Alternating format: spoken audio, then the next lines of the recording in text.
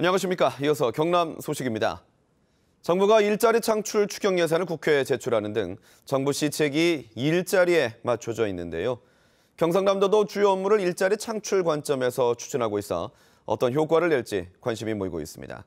오종우 기자의 보도입니다. 문재인 대통령은 추가 경정 예산 시정연설에서 지역의 일자리 창출도 강조했습니다. 지자체와 지방교육청에 3조 5천억 원을 지원하겠다고 밝혔습니다. 지방정부들도 이번 추경의 효과가 극대화될 수 있도록 지원 예산을 일자리 정책과 일자리 창출 효과가 있는 민생 관련 사업에 중점 사용해 줄 것을 특별히 당부드립니다. 경상남도도 국정 운영 방향에 맞춰 주요 업무를 일자리 창출 관점에서 추진하고 있습니다. 도지사 권한대행과 경제통상국장실에는 청와대와 마찬가지로 일자리 추진 상황판이 설치됐습니다. 또 도청 모든 실국은 물론 직속기관, 산하기관까지 일자리 창출 전담반 27개가 구성됐습니다.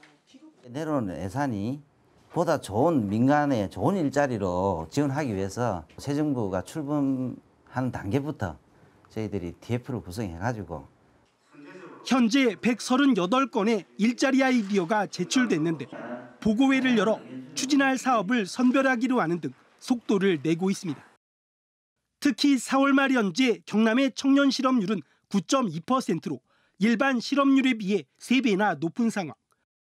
창업 등 청년층 일자리 창출에 주력한다는 계획입니다. 경상남도는 추경 예산과 관련한 소방관과 복지공무원 증원에 대해선 중앙정부와 협의해 처리하겠다고 밝혔습니다. 새 정부가 일자리 창출에 총력을 기울이는 모습입니다. 경남에서도 도민들이 만족할 만한 일자리 성과가 나올지 관심입니다. KBS 뉴스 오종우입니다. 내년 6.13 지방선거가 꼭 1년 앞으로 다가왔습니다. 도지사와 교육감 선거에는 출마 예상자들이 어느 때보다 많은데요. 문재인 정부의 높은 지지율이 유지되느냐가 내년 지방선거 구도를 결정할 전망입니다. 송현준 기자가 보도합니다. 홍준표 전 지사가 중도 사퇴하면서 공석이 된 도지사 선거엔 어느 때보다 후보군이 많습니다.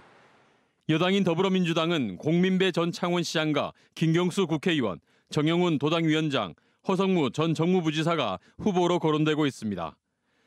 자유한국당에서는 김태호 전 국회의원과 김학송 도로공사 사장, 나동현 양산시장, 박안수 국회의원, 안홍준 전 국회의원, 윤상기 하동군수, 윤영석 국회의원, 윤한홍 국회의원, 이주영 국회의원, 이창희 진주시장이 후보군입니다. 국민의당에서는 강학도 도당위원장, 바른정당은 신성범 전 국회의원과 조혜진 전 국회의원, 정의당에서는 영국 경남도의원이, 최근 자유한국당을 탈당한 권민호 거제시장도 거론됩니다. 문재인 정부의 지지율이 내년까지 크게 떨어지지 않는다면 여당 후보에게 민심이 쏠릴 가능성이 높습니다. 자유한국당은 다음 달 당대표 선거가 핵심 변수입니다. 홍준표 전 지사와 친박인 원유철 후보 가운데 누가 당대표가 되는지가 내년 도지사 후보 결정에 큰 영향을 줄 것으로 예상됩니다. 야당으로서 배수진을 치고 선거에 임할 수밖에 없는 상황입니다. 인물 선거가 되기보다 부도 선거. 문재인이 잘하면 여당 후보에게, 문재인이 못하면 야당 후보에게 이런 식으로 부도 선거가 될 가능성이 매우 높다. 교육감 선거도 치열할 전망입니다. 박종훈 교육감이 재선을 노리는 가운데 강재인 전 창원교육장, 고영진 전 교육감, 김선유 진주교대 총장, 박성호 전 국회의원, 신광보 장학관, 안종복 민예총 이사장, 신선식 전 정교조 경남지부장, 최혜범 창원대 총장 등이 거론되고 있습니다. 교육감 선거는 무상급식 등의 현안을 놓고 다시 한번 보수와 진보 후보 간의 대결 양상이 이어질 것으로 보입니다. KBS 뉴스 송현준입니다. 어제 오후 5시 10분쯤 김해시 삼정동현 병원 주차타워에서 차량 받침 구조물에 체인이 끊어지는 사고가 났습니다. 이 사고로 고장 신고를 받고 수리 작업을 하던 근로자 53살 손모 씨가 숨지고 50살 김모 씨가 병원으로 옮겨져 치료를 받았지만 숨졌습니다.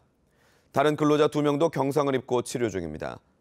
경찰은 구조물을 지탱하던 4개의 체인이 하중을 이기지 못해 끊어지며 구조물이 갑자기 회전을 했고 이 구조물에 근로자들이 깔린 것으로 보고 있습니다.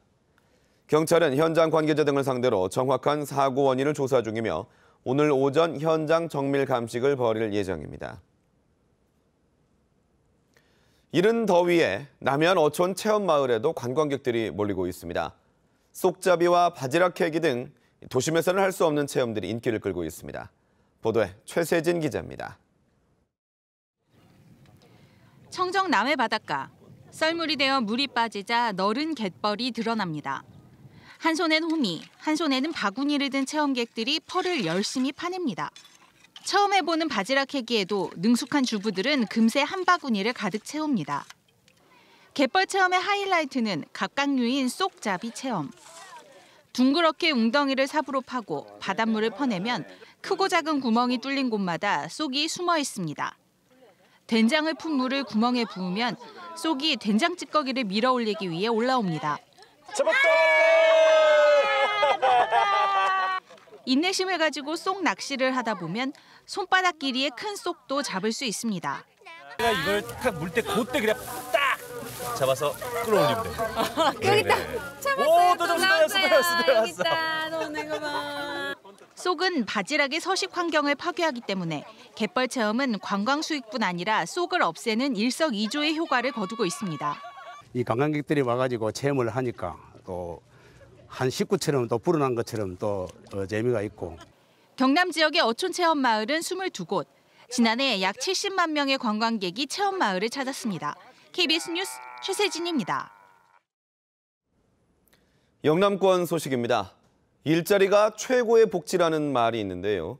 평생 일자리를 갖지 못했던 취약계층 주민들이 자활센터에서 배운 기술을 발판 삼아 자립의 꿈을 키워가고 있습니다. 정혜미 기자가 보도합니다. 50년 된 낡은 슬레이트 집에 반가운 손님들이 찾아왔습니다. 집 곳곳을 수리하는 사람들은 바로 기초 수급자들입니다. 이거 써야 되나 이거? 아니 막 하면 돼. 10년 넘게 인터넷 게임에 빠져 집 안에만 있었던 강병철 씨도 5년 전부터 자활센터에서 도배를 배우면서 새 삶을 찾았습니다. 나보다 더 어려운 이웃을 돌보며 이제는 인테리어 창업이라는 새로운 희망도 생겼습니다.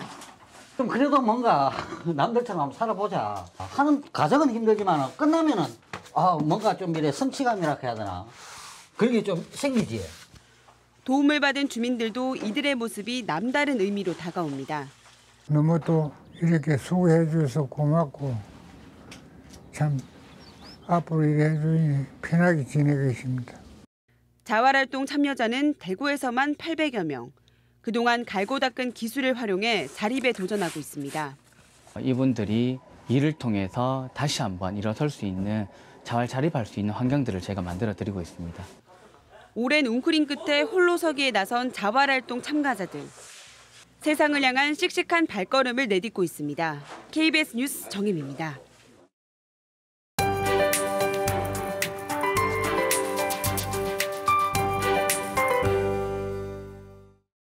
다시 더위에 대한 대비를 단단히 하셔야겠습니다. 어제까지는 낮 기온이 평년 수준을 밑돌며 크게 덥지 않았는데요. 오늘부터는 다시 기온이 크게 오르며 내일은 대부분 지역의 낮 기온이 32도를 웃돌겠습니다. 오늘 맑은 하늘에 볕도 무척 강하겠습니다. 지도 보시면 온통 붉은색인데요. 자외선 지수 매우 높은 단계를 나타내겠고 오존 농도도 높겠습니다. 오전 10시부터 오후 3시 사이에는 되도록 외출을 피하시는 게 좋겠습니다. 오늘은 서해상의 고기압이 자리를 잡으면서 서쪽으로부터 뜨겁고 건조한 바람이 불어오겠습니다. 현재 경남 지방은 맑은 가운데 의령과 합천 등 일부 내륙에 안개가 짙게 끼어 있습니다.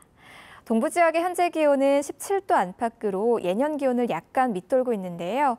한낮에는 의령과 창녕이 30도로 어제보다 3도 정도 오르며 예년보다 높겠습니다. 경남 서부 지역도 아직은 함양과 거창이 13도에 머물고 있지만 한낮에는 29도 안팎까지 오르며 덥겠습니다. 오늘 바다의 물결은 잔잔하지만 남해 동부 해상에는 안개가 짙어서 주의하셔야겠습니다. 당분간은 비 소식 없이 대체로 맑은 가운데 따뜻한 바람이 불어와 열기가 계속 쌓여가겠습니다. 기상정보였습니다. 사천시는 시정과 관련된 업무를 체험할 수 있도록 여름방학 대학생 아르바이트생을 모집합니다.